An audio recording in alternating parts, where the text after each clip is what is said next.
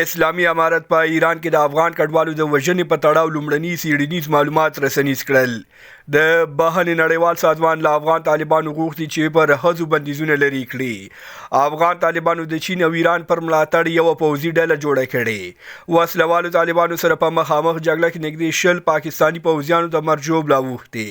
شاهد افریدي د ISI پر امر پښتون میشتو سیمو کې تبلیغات کوي او د کندهار نړیوال هوایي ډګر کې قاچاقونکي نیول شوي. سلامونه، وخت په خیر. خبري ټولګي ته ستړي مشئ. زه یوسف خان مصری یم. د افغانستان اسلامي امارت مرستیال ویان ملا حمدالله فطرت په ایران کې د افغان کډوالو د وژنې په تړاو د څېړنیز هیئت لومړني معلومات رسنیز کړل. فطرت په خپله ایکس پاڼه لیکلي دي د افغانستان اسلامي امارت د 4 وزارتونو ګډ هیئت چې مشري د کورنیو چارو امنیتي مرستیال ملا محمد ابراهیم صدر کوله د ایران په خاوره کلګان سیمه کې یو شمېر شواهد موندلي چې تایید کوي ایران په افغان کډوالو برید کړی. ښاغلي کلي 2 تنه افغان شهیدان او لسګونه افغان کډوال چې عیني شاهدان او په برید کې ټپیان شوي هیوادوال پکې شامل دي کابل ته انتقال کړي دي او د پاتې نور افغان کډوالو د موندلو لپاره په ایران او پاکستان کې د اسلامي امارت د موظف هیئت پلټنې روانې دي چې وروسته به له هیوادوالو سره شریکې شي. د بهرني نړیوال سازمان له اسلامي امارت غوښتنه کړې ده چې په افغان ښځو او انجونو لګېدلي بندیزونه پای ته ورسوي او د انجونو تړل شوي مکتبونه بیرته پرانیزي. یاد سازمان په یوه خپره شوې اعلامیه کې له افغان طالبانو غوښتنه کړې چې نور د هغه فرمانونه لغوه کړي چې پکې په افغان ښځو او انجونو بندیزونه او محدودیتونه لګول شوي دي. د بهرني نړیوال سازمان ادعا کړې ده چې د طالبانو په ځینو فرمانونو کې د ښځو او انجونو بشري حقونه تر پښو لاندې شوي دي. په افغانستان کې د ښځو او انجونو پر حقونو سخت بریدونه شوي او د ښځو د ژوند ټولې برخې متاثره کړي دي. یاد سازمان وروسته له هغې ادعا کړې چې د افغان طالبانو د امر بالمعروف او د نهي عن المنکر روحاني وزیر خالد حنفي ادعا کړې وه چې ښځه حق نه لري د یوې بلې بالغې ښځې په مخ کې ذکر او اذکار وکړي. د دې څرګندونو څو ساعتونه وروسته اسلامي امارت خالد حنفي له امر بالمعروف وزارت له پوسه برطرفه کړ.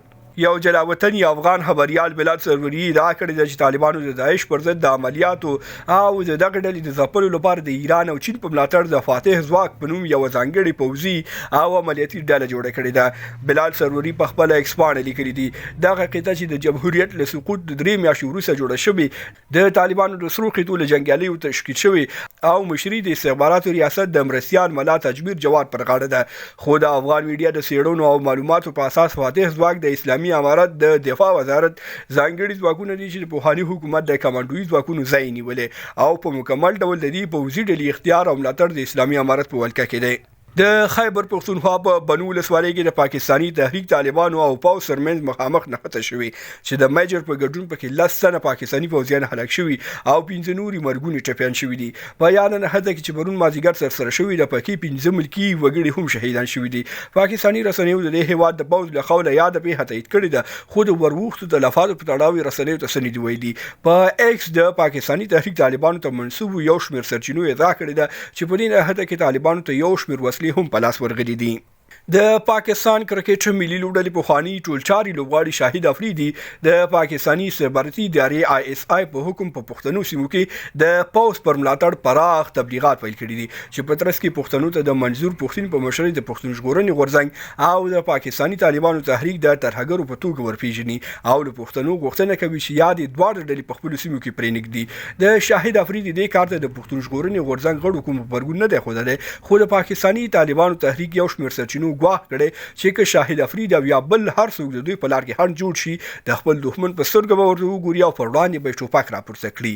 او د پای خبردار چې د کندهار ولایت اړوند احمدشاه بابا نړیوال هوایي ډګر کې د تاریخي آثارو یو قاچاقونکې ډلې نیول شوې ده چې ورسره ګڼ شمېر تاریخي آثار موجود وو. د یاد هوایي ډګر امنیتي سرتیرو د کورنۍ او بهرنیو مسافرو د تلاشي پر مهال 126 قلمه تاریخي آثار نیولي دي.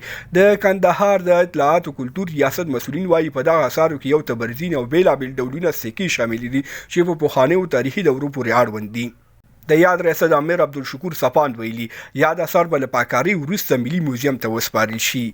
له ملتیا مو نړۍ مننه. ویډیو له خپلو نورو ملګرو سره شریکه کړئ او افغان میډیا یوټیوب چینل هم سبسکرایب کړئ.